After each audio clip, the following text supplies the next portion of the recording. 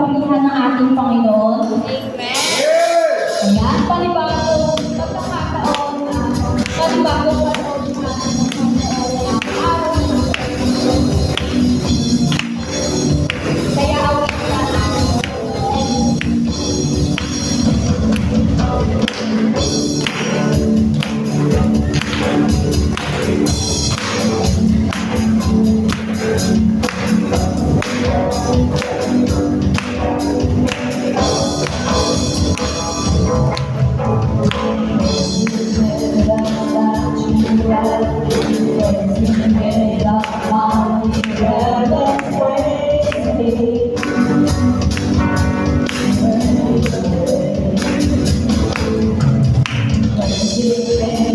awesome power, His great and holy name, praise Him. All the praise. From the rising of the sun, and praise Him, coming to the west, and north to south. Everything that I am, praise the Lord forever. Everything in my soul, praise the Lord.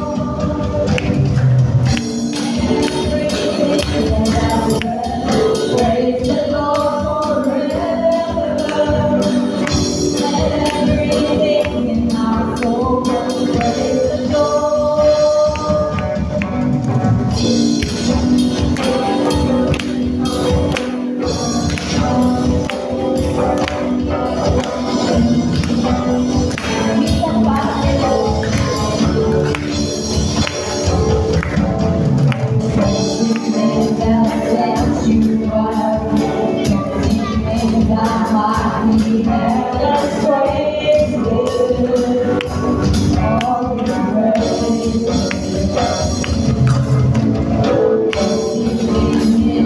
Minsan pa,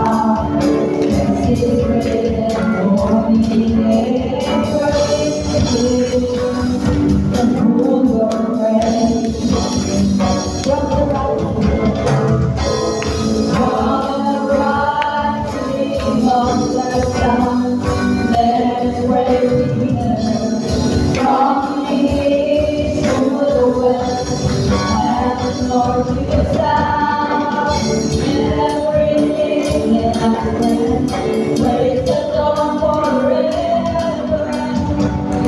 Everything in my soul, praise the Lord. Everything that I heard, praise the Lord forever. Everything in my soul, praise the Lord.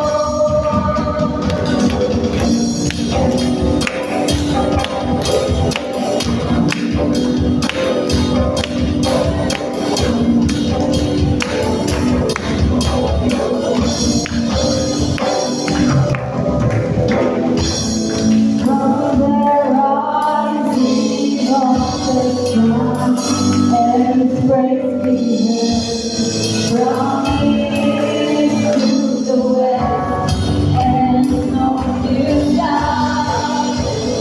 From the rising of the sun, let His praise be heard. From east to the west, and north to south. From the rising of the sun, let His praise be heard. From the east to the west, and north to south. And everything that I spread, praise the Lord forever.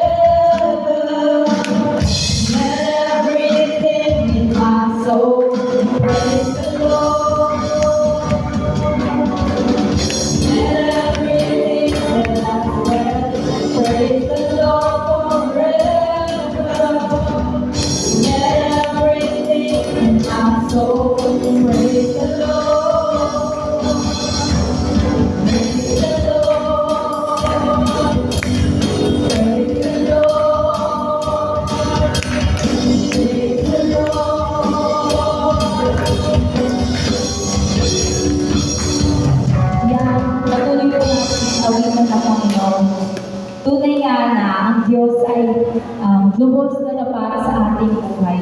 Kaya awitin natin yung thankful.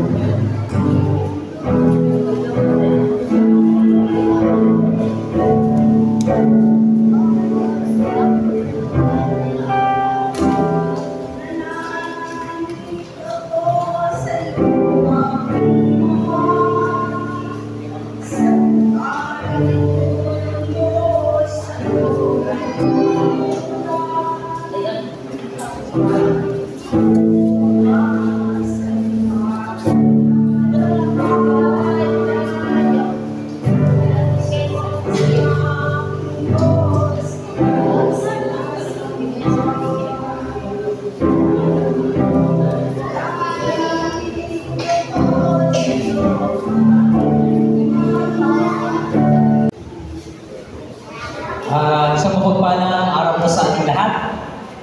Good morning po. Kumusta po kayo?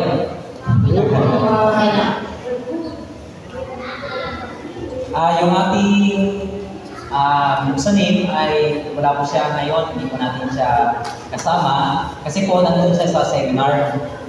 Sa Baguio po yung kanyang seminar ngayon. Nakaraan araw, nag-chat po siya sa akin. Sabi niya, ako daw muna ang mag-share sa Sunday and then sa coming Wednesday. Okay. So, matagal-tagal po tayo magkasama. Okay. And, papasalamat po tayo sa Panginoon kasi po, continuous po yung gawain natin at kami po gawain dun sa Damayan. Pinapasalamat po natin sa Panginoon yun. Kasi po bakit? Kasi yun po ang patunay na noong January 20. Kung meron kayong activity dyan, nagsabi ng January 20. Okay? Mahalaga po itong topic na ito sapagkat ito po ay sumisimbolo sa ating buhay bilang mga mananampalataya. Okay? Buksan po natin ang ating Biblia sa Deuteronomy chapter 9. Deuteronomy chapter 9, verse 1 to 6. Deuteronomy chapter 9, verse 1 to 6. Buksan niyo po. Kung meron po kayong Biblia, mahalaga po na marunong po tayo magbukas ng Biblia. Sapagkat sa pamagitan nito ay mahasa po tayo magbasa ng Biblia. Actually, yung pagbabasa ng Biblia ay mahalaga at kinakailangan palagiin. Katulad lang po ng katulad ng pagkain. Halimbawa, hindi ka kumakain ng kimchi. Sino hindi kumakain ng kimchi dito? Kimchi. Hindi kumakain ng kimchi. So, para makasanayan mo siya, kakainin mo siya palagi. Para yung dila mo ay masanay doon sa lasa ng kimchi. Dali po yung pagbabasa ng Bible. Galing po natin magbasa palagi ng Biblia. Kasi kapag nakasanayan natin magbasa ng Biblia, sa buong araw natin, kapag hindi po tayo makapagbasa, hanapin po natin yon. Okay? So anyway, basahin po natin ang Deuteronomy chapter 9, verse 1 muna hanggang 6. Sabi dito, sabayin niyo na po sa screen. Pakinggan ninyo, O Israel, ngayong araw nito, tatawid kayo sa Jordan upang sakupin ang mga bansang makapangyarihan kaysa inyo.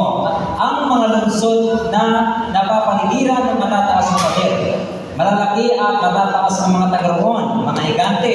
Hindi kaila sa inyo ang kasabihan, walang makakalupig sa angkan ng higante.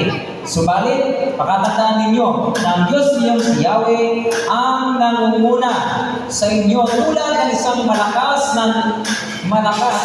na apoy. Sila'y kanyang gagawin upang madali ninyo sila may taboy, gaya ng sinabi ni Yahweh. Kung sila'y may taboy na ni Yahweh, alang-alang sa inyo, huwag ninyong iisipin na sila tinaboy dahil sa kayo'y matuwid. Ang totoo'y tinaboy sila ni Yahweh dahil sa kanilang kasamaan.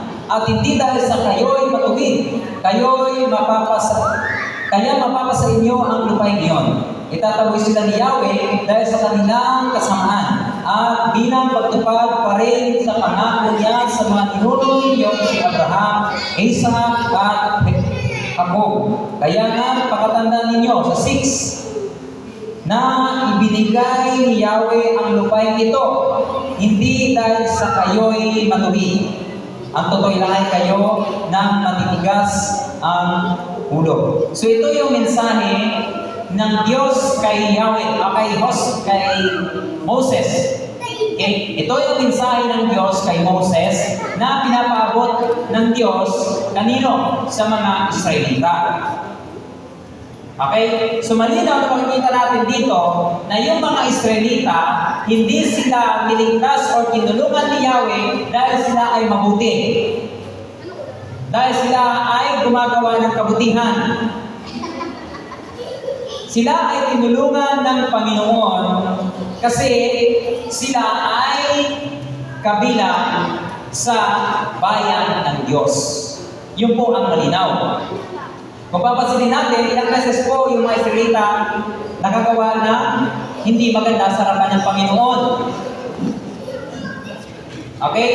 So malinaw na makikita natin dito na ang pagliligtas ng Panginoon ay sa pamagitan ng Kanyang grasya. Ano ibig sabihin ng grasya?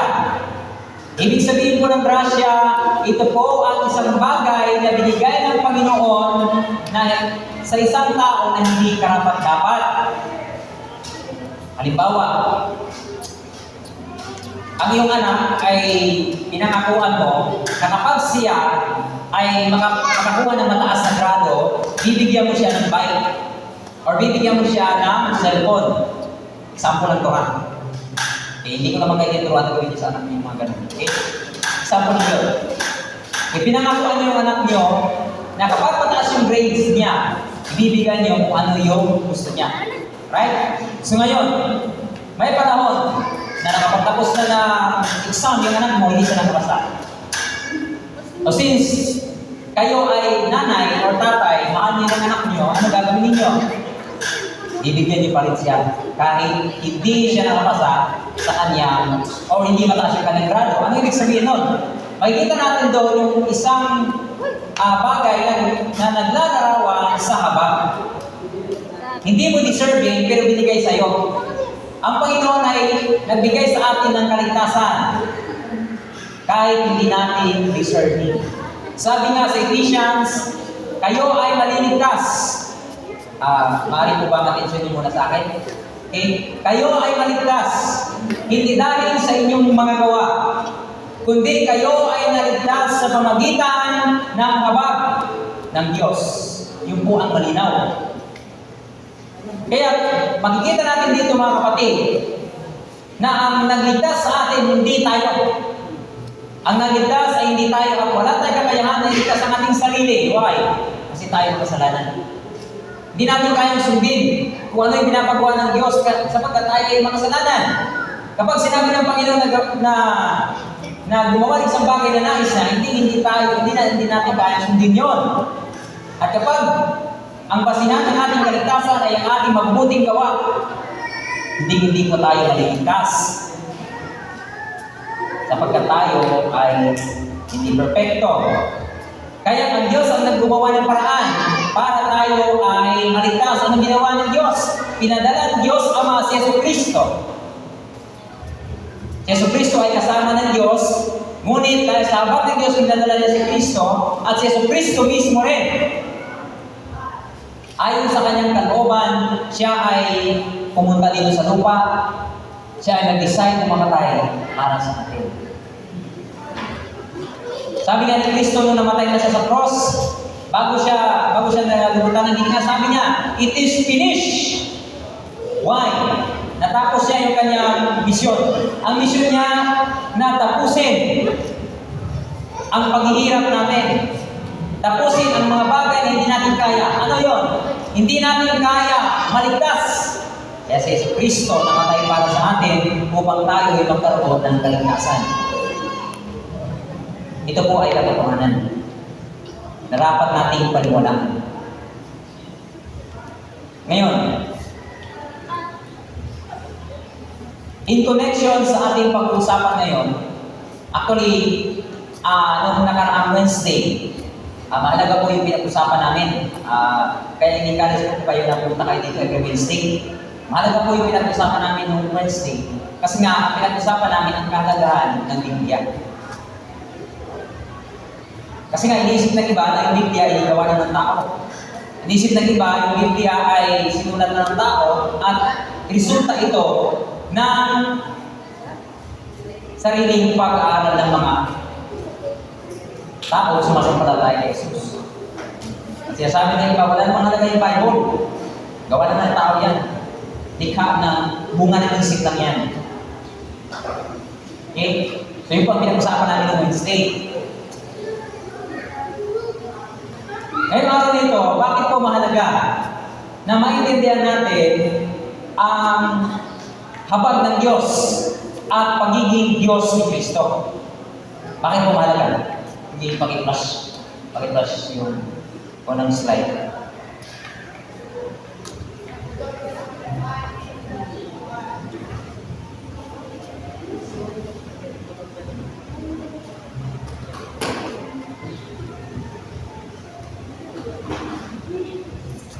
Yung unang slide sa PowerPoint.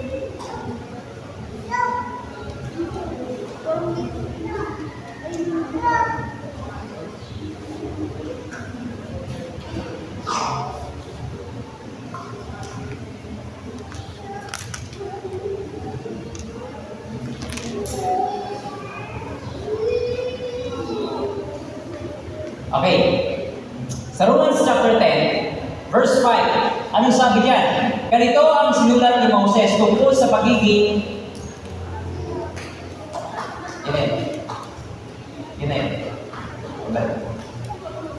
Romans 10.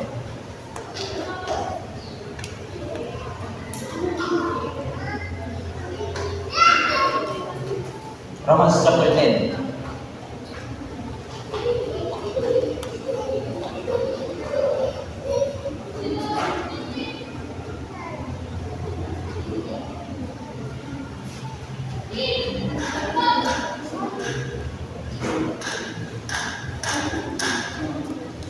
Romans chapter 10. Sabi dito sa verse 5, ganito ang sinulat ni Moses tungkol sa pagiging matuwid, batay sa kautusan. Ang tumutupad dahil sa kautusan ay nabubuhay ayon dito. Ngunit ganito naman ang sinasabi tungkol sa pagiging matuwid batay sa pananampalataya. Huwag mong sabihin sa iyong sarili, sino ang akyat sa langit upang pababain si Kristo?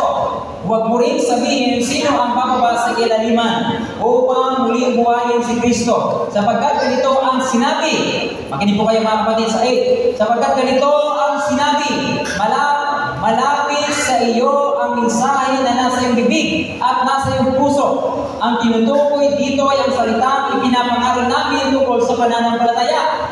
Ano na dapat sa pananampalataya natin na pinapangaral ng mga apostol sa 9? Kung ipinahayag ng iyong bibig na si Jesus ay Panginoon at buong puso kang sumampalataya na siya ay muling binuhay ng Diyos, maliligtas ka.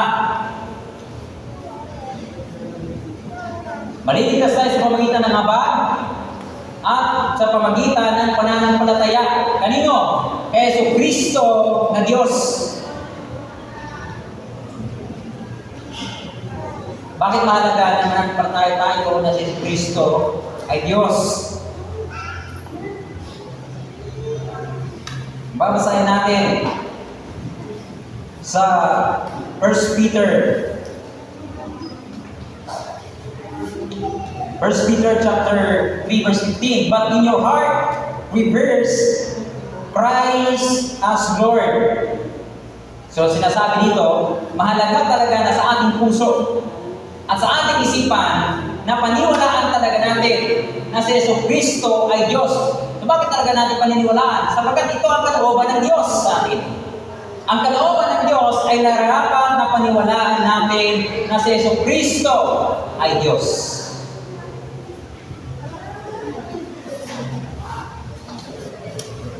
Ngayon, punta ka sa PowerPoint. Dapat nating paniwalaan na si Kristo ay Diyos.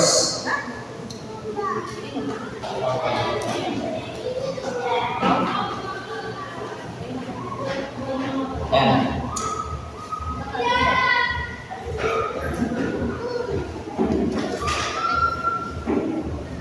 We believe a one God. We are monotheism. Naniniwala tayo sa isang Diyos. Okay? How is monotheism different from polytheism? Ano ba kaibahan ng monotheism at polytheism? Okay? Nandiyan pa po ba kayo, mga kapatid?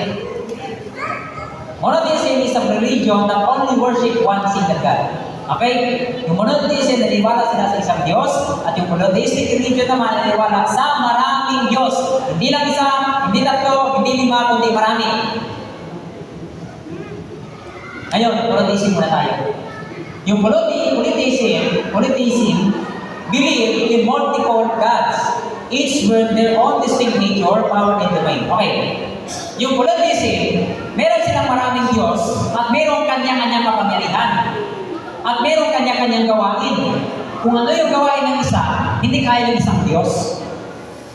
Kung ano yung kapangyarihan ng isang Diyos, hindi naman kapangyarihan ng isang Diyos. Yun yung idea ng polytheism. Now, ito yun. Next picture. Nakikita niyo po yung picture na ulit. Marami sana yung makikita. Okay? Halimbawa si Zeus. Yun po yung Diyosan ng mga Grego. Okay? Si Zeus, siya ang namamahala sa kingdom. Okay? At kung papansin natin si Poseidon naman, siya yung hari. Saan? Sa dagat. Siya ang namamahala sa dagat. At si Hades naman, siya ang namamahala sa impyerno. Okay? So, si Zeus, hindi niya pwedeng pakialaman yung gawain ni Hades. Walang kapangyarihan si Zeus na kaparehas ng kapangyarihan ni Poseidon at Hades. Ano ibig sabihin? Yung Diyos ng polytheism, yung maraming Diyos na ito, mayroong limitasyon. Ang limitasyon nila, hindi makakapareho yung kapangyarihan nila. At meron lang sila dapat gawin. Kung baka nakalan sa kanila, ano dapat gawin nila? Ngayon, ang tanong, sino ba talaga ang totoo nagmamayari ng tubig? Nagmamayari ng lahat ng bagay? Makinig po kayo muna mga kapatid. Noong si Jonas ay sumubay sa Panginoon, nung tinapon siya sa dagat, sino ang nagutos sa isang malaking isda para lunukin si Jonas? Si Poseidon ba? May kapangyarihan ng Diyos. Okay? Nakontrol yung bagay na yun. Ito pa, kung kaya ng Diyos na kontrolin ng bagay na yun, ang tanong, kaya rin ba ni Jesus na kontrolin na lahat ng bagay? Ito, hindi po kayo mga kapatid. Nung si Jesucristo ay tumawid sa isang dagat at baybayin papunta sa ibang lugar kasama yung mga disipulo niya, dumating yung napakalakas na bagyo. Ano nangyari? Nandiyan po ba kayo? Nakakasunod po ba kayo? Ano nangyari? Sabi ng mga disipulo, Jesus, bakit ka natutulog? Nakikita mo, napakalakas na itong bagyo. Anong ginawa ni Jesus? Tumayo siya. Tinaas niya yung kanyang kamay. Huminto ang dagat. Huminto ang hangin, wala. Huminto po. May kapangyarihan si Jesus na pahintuin, kontrolin ang weather. Dito, ang may kapangyarihan ng kontrolin yung weather ay si Poseidon.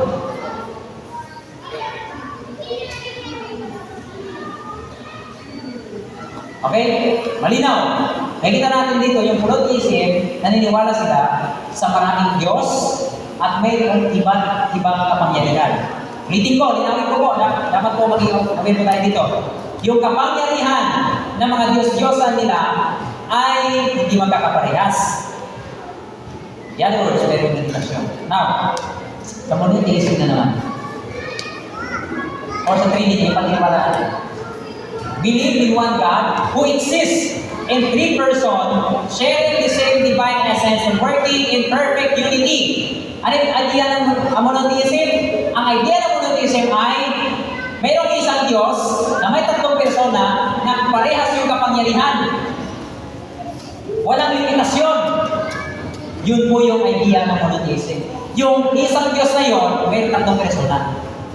Okay, pag-aralan natin. Next. Bago yung Trinitarian na idea, punta na natin yung idea ng Pentecostalism. Naniniwala yung Pentecostalism na monotheism, monotheism yung paniniwala nila. Pero yung understanding nila is iba sa totoong definition ng monotheism. Ito yung paniniwala nila. Naniniwala sila na si Kristo ay Father. Naniniwala rin sila na si Kristo ang Anak. Naniniwala rin sila na si Kristo ang Banal na Espiritu. Okay? Yun po ang kanila paniniwala. Naniniwala po nila yun. Okay? But, kanina yung definition, kanina, ano bang sinasabi sa definition? Sinasabi doon, yung monotheism naniniwala sa isang Diyos na may tatlong existence na person. Okay? Are you there? Okay po ba kayo? Natutulog na, inaantok na po kayo? Ha? Sana po, huwag po tayo nagtugin, kasi nagbabato po ako ng katotohanan dito ngayon. Okay? Alam ko po na hindi po sa lahat ng pagkakataon, kailangan po natin ng encouragement. Okay? Hindi sa lahat ng pagkakataon, kailangan natin ng encouragement. Hindi sa lahat ng pagkakataon, kung encouragement ang i-preach natin. Puro blessing. Yun ang gusto ng tao. Pag blessing, magiginig agad yan. May blessing, magiginig yung tao. Okay? Yun po ang palagi narinig talaga ng tao. Actually, hindi lang po yun ang tinuturo ng Biblia. Sabi ko ng Biblia, kailangan ituro po kung ano yung tama. Ito po yung sinasabi ng Biblia, pinabanong ko sa inyo ngayon. At least, meron po kayong idea kung ano yung katotohanan. Now, ito po yung tunay na definition ng Trinity. Makinig po kayo. Focus po. May pagkain naman po eh. Masarap po yung ulam. Okay? The Father is God. Okay? Makinig po kayo. The Father is God. And then, the Son is God. The Spirit is God. Ito yung malinaw. But, the Father is not the Son. Hindi ko po. Ang Diyos or ang Ama ay hindi po siya ang anak. At ang anak ay hindi po siya ang Ama. At ang Ama ay hindi po Banal na Espiritu. At ang Banal na Espiritu ay hindi po si Kristo. Parin po yun. Merong tatlong persona. Okay? Na nag-exist sa libawa. Para maintindihan talaga yun. Next. Halimbawa yung pamilya. Yung word na pamilya,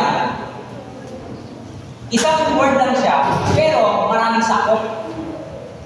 Okay? Yung sakop is, merong tatay, merong lolo, halimbawa, family, ano ito? Tawag natin, family cruise. Okay? Family cruise, yung cruise na family, hindi lang siya nasasakupan ng isa. Okay? Kundi meron pa siya nasasakupan ng nanay sa all. Okay? Pag sinabi naman natin families, marami sakop. Family Dao, family Cruz, family Dimos, family ano, marami. Families na kasi. Okay? Ganun din po yung idea ng Trinity. At ito pa, next. Halimbawa yung frame.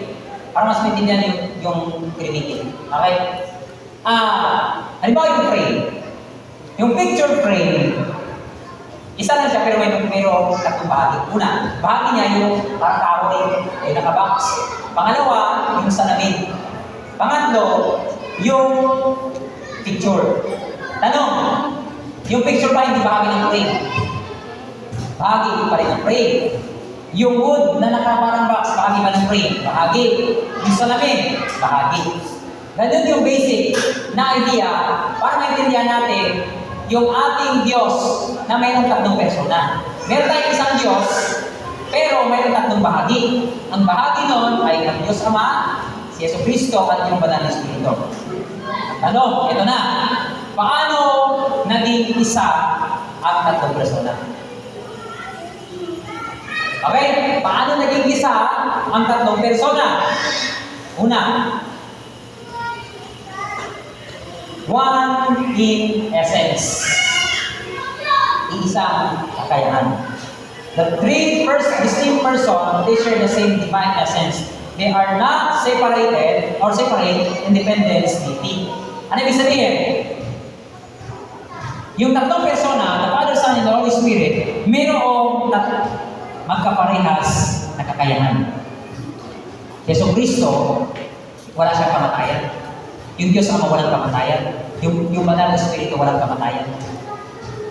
Same thing, yung tatlo na yun. Kaya yung tatlong persona na yun, nalaging isa. Kasi bakit? Kasi yung tatlong persona na yun ay isa walang kamatayan. Kaya naintindihan niyo po?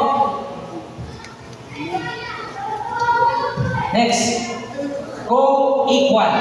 Okay? Hindi mo mataas yung rango ng isa, hindi mo mababa yung rango ng isa, kundi pantayin ng rango. Each person of Trinity is fully God, with equal power and authority. They have always existed together and will always exist together. Okay? Ano ibig sabihin? Yung tatlong persona na yon ay walang limitasyon. Nag-exist yung tatlong persona na yon. Kung nag-exist ang Diyos Ama sa simula, ang Diyos Ama rin ay mag-exist sa walang hanggan. Ganun din po yung dalawang persona, si Kristo at yung banal na Espiritu. Matanda natin, yung tatlong persona na ito ay mayroong different function. Pakinggan ninyo. Hindi ibig sabihin na yung function ng isa hindi kaya ng isa. Okay? Magiging magkaroon ng limitasyon yun. The three persons have distinct role within the Godhead. Meron silang tatlong rule. Okay? Anong rule? Una, God the Father calls the elect. Okay? Ang rule una ng Father ay pumili. Kasi mula pa lang, pumili na yung Diyos Ama. Okay? Sa Romans 8:28-30. And we know that all things good work for the good of those who love Him. Him, yung Him na tinutukoy doon yung Diyos, Ama, who have been called according to His purpose. Yung His na tinutukoy dyan is yung Diyos Ama. For those God foreknew, He also predestined. Be conformed to the image of His. Yung tinutukoy na His dyan, yung Diyos Ama. His Son, ang tinutukoy na anak naman niya dyan, si Kristo. That they might be the firstborn among the many and so on. So, makikita natin dito na yung Diyos Ama, ang kanyang rule ay tumawag. Pero hindi sabihin na hindi kaya ni Kristo pumili. Okay? Kaya ni Kristo pumili din. Kasi Diyos siya. But, nagkaroon sila ng unity. Nagkaroon sila ng bahagi para magkaroon sila ng unity sa kaligtasan. Okay? Nagkaroon sila ng unity at iba-ibang rules sa ating kaligtasan. Okay? Next, Ephesians 1:4-5. Bago balikan ang sanlibutan, tinignan niya. Yung niya na tinutukoy ay yung Ama. Okay? Next, yung responsibility, yung rule naman ni Kristo, Jesus said the elected. Sabi ni Kristo, I am the good shepherd. The good shepherd lays down. Ano yung rule ni Kristo? Mamatay doon sa mga pinili. Okay? Makikita nga natin yung sakripisyo ni Yesu Cristo sa cross ay pagliligtas sa atin. Ulitin ko pa mga kapatid, sino po ba yung namatay para sa mga pinili? Sino po ang namatay para sa pinili? Si Kristo po. Okay? Si Kristo po. John 6:37-39. Although all those the Father gives me, kanino binigay? Pinili niya Ama, tapos yung pinili niya, binigay ng Diyos, at binigay ng Diyos Ama kay Kristo. Well, come to me, and whoever comes to me, I will never drive away. Hindi niya tatakwil, pupunta sa kanya, yung pananampalataya sa kanya. Kasi bakit? Yun yung mga pinili. For I have come down from heaven, not do my own will, but to do the will of Him who sent me. Kasi nga, yung Father ang pumili. Binigay niya kay Kristo. Kasi Kristo mamamatay sa mga pinili. And this is the will of Him who sent me.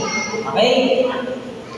And given me, but raised them up at the last days. Let's emphasize that He fulfills the Father's will and saving those who are given to Him. Malinaw na yung gagampanan ni Kristo ay mag-save sa mga pinili. Last, yung Holy Spirit. The Holy Spirit gives efficacy to the elected. Yung banal na Espiritu, siya yung magbibigay bisa doon sa mga pinili sa ginawa ni Jesus. Yung mga pinili, nilinis sa pamamagitan ng kamatayan ni Kristo sa cross. Ngayon, paano magkaroon ng bisa yun sa mga pinili? Ang gagawa na naman noon ay yung banal na Espiritu. Okay? Romans 8:9. Whoever are not in the flesh but in the Spirit. In the fact, the Spirit of God dwells you. Okay? Anyone who does not have the Spirit of Christ does not belong to Him. Next, the Holy Spirit indwelling presence is essential for believers to experience the fullness of salvation and live life transformed by God. Paliwanag muna natin ito mga kapatid. Yung banal na Espiritu, una, si Jesus Cristo namatay sa cross doon sa mga pinili. Okay? Nung namatay si Kristo sa cross, kinakailangan mayroong magbigay ng bisa doon. Ngayon, akyat ni Jesus Christ sa langit, ano sabi ni Jesus Cristo? Okay, mag-alala, papadala ko yung tutulong sa inyo, yung banal na Espiritu. Then, so sa Acts chapter 2, nakita natin yung pababa ng banal na Espiritu. Yung banal na Espiritu, siya naman yung kikilos sa mga taong pinili at siya yung magbabago ng buhay. At siya yung magagay sa mga pinili para sila ay masunod yung kalooban ng Panginoon. Yun naman yung gagawin ng banal na Espiritu. So tanong, mamatay po si Kristo ulit ngayon? Hindi na. Hindi na. Tapos na siyang namatay. Ang gagawin na lang ng banal na Espiritu ngayon ay bigyan bisa yung kanyang kamatayan doon sa mga pinili. Sana po, may nakakasabay po tayo. Next. Ephesians chapter 1 verse 13 to 14 says, sa pamagitan ni Kristo ay nakarinig ng salita ng katotohanan ng magandang balita, nagdudulot ng kaligtasan at sumampalataya sa Kanya. Okay? Si Jesus Kristo ang nagpahayag ng salita. Anong salita na ginaya ni Kristo? Siya ang tagapagligtas, siya ay Diyos. Okay? Pagkatapos ng sumampalataya sa Kanya ay pinagkalooban ng ipinangakong Espiritu Santo. Ano daw yung role ng banal na Espiritu? Next, sabi niya, bilang tatak ng pagkahirap sa inyo.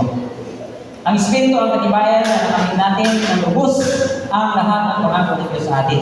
Ano yung pangako ng Diyos sa atin? Pinangako ng Diyos noon pa man kay Abraham. Ililigtas niya tayo. Okay? So para magbigyan bisa yung ginawa ni Kristo, kinakailangan manahan mo ng Espiritu sa atin. Kaya mga kapatid, yung mga pinili ng Diyos, mayroong pagbabago sa buhay. Imposible po na walang pagbabago sa buhay natin kapag mayroong pong banal na Espiritu na kikilos o nanahan sa atin. Sapagkat ang banal na Espiritu ang magagawin sa atin. Okay? Sabi nga ni Yesu Cristo, ang kanyang mga anak ay nakikinig sa kanyang mga salita. Ibig sabihin, pinapahalagahan kung ano yung pinapagawa ng Panginoon kasi nga may kilos ang banal na Espiritu sa kanya. Next.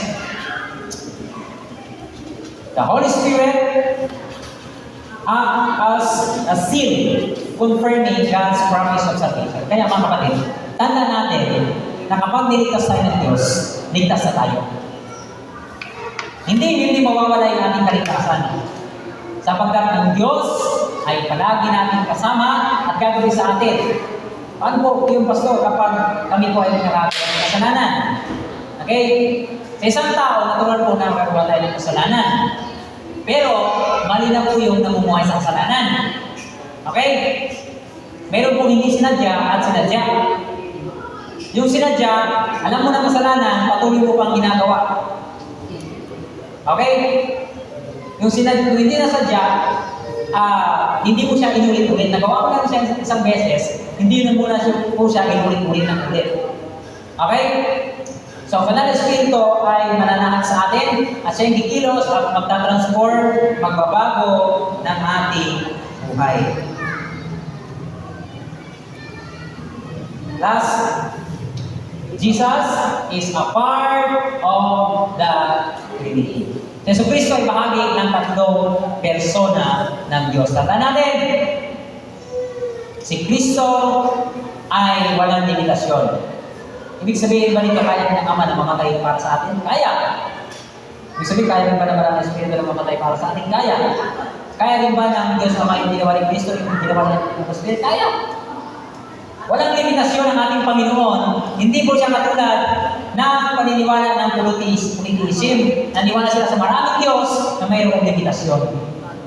Meron nga ako ng panood na movie patungkol sa mga gods ng mga Greek. Pinatay daw ni Hades, pinatay daw ni Zeus, si Hades, gano'n. Okay? Alam niyo po mga kapatid, yung tunay na Diyos walang kamatayan.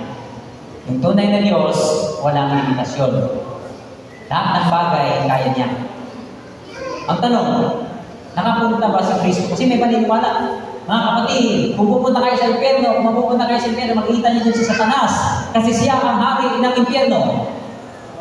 Wala naman po sinasabi sa Biblia na si Satanas ay hari ng impyerno.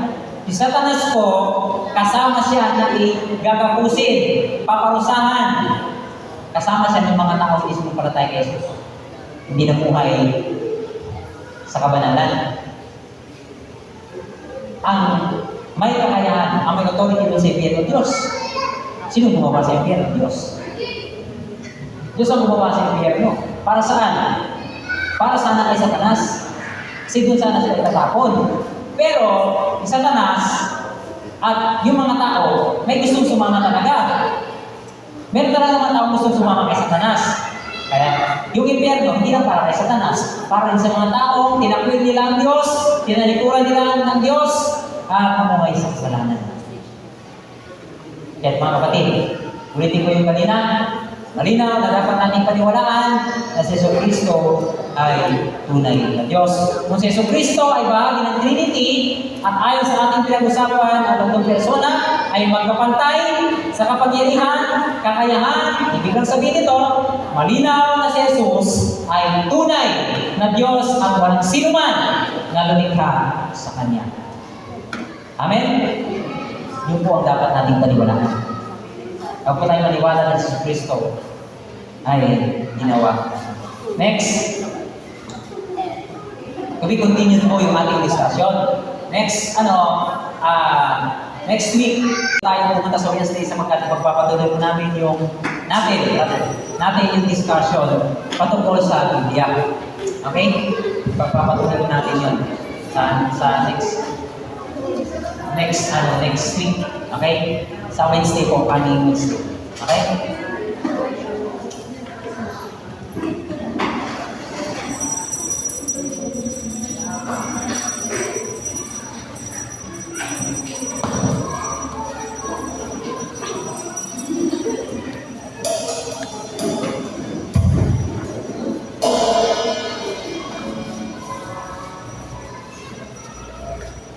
Hindi tayo muna yung panalangin. Diyos na makapangyarihan sa lahat. Salamat po sa oras na binigay mo sa amin. Salamat po sa panahon na kami po ay napag-aaral ng katotohanan. Ang pag-aaral po ng katotohanan na nagmumula sa salita ay bahagi po ng aming buhay. Nakikita mo po yung aming buhay mula Monday hanggang Friday. Maaaring po ang iba sa amin ay hindi po nag-aaral ng mga bagay na tungkol sa iyo. Maaaring pong sa buong week ay kami po ay nag-pay sa pag-aaral ng tungkol sa iyo. At salamat po kayo sa araw nito sapagkat binigay mo po kami ng mahabang oras upang mapag-usapan po namin ang mga bagay na tungkol sa iyo at ang katotohanan patungkol sa iyo. Sapagkat maraming mga tao ngayon na naniniwala ng Panginoon na hindi ka po Diyos. Kaya dapat na mahalaga po na ang oras na ito na binigay mo sa amin upang kami po ay mag-aaral ng sa iyo.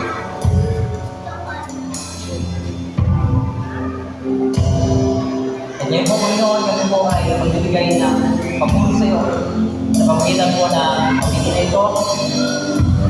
Nawa po kami bigyan ng malakasan at in-line po kami sa katotohanan ng Panginoon.